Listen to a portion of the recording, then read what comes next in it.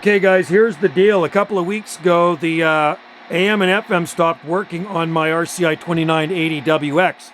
So I got my TRC 458 on there on 35 AM. So when I key up, hello, 1, 2, 3, there's no audio. Look at, hello, hello, hello, hello. Microphone works, but no audio coming through, just a carrier. And here's the meter on the RCI. Hello, one. Oh, am I on? Yeah, I'm on AM. Hello, 1, 2, 3. 1, 2, 3. 1, 2, 3.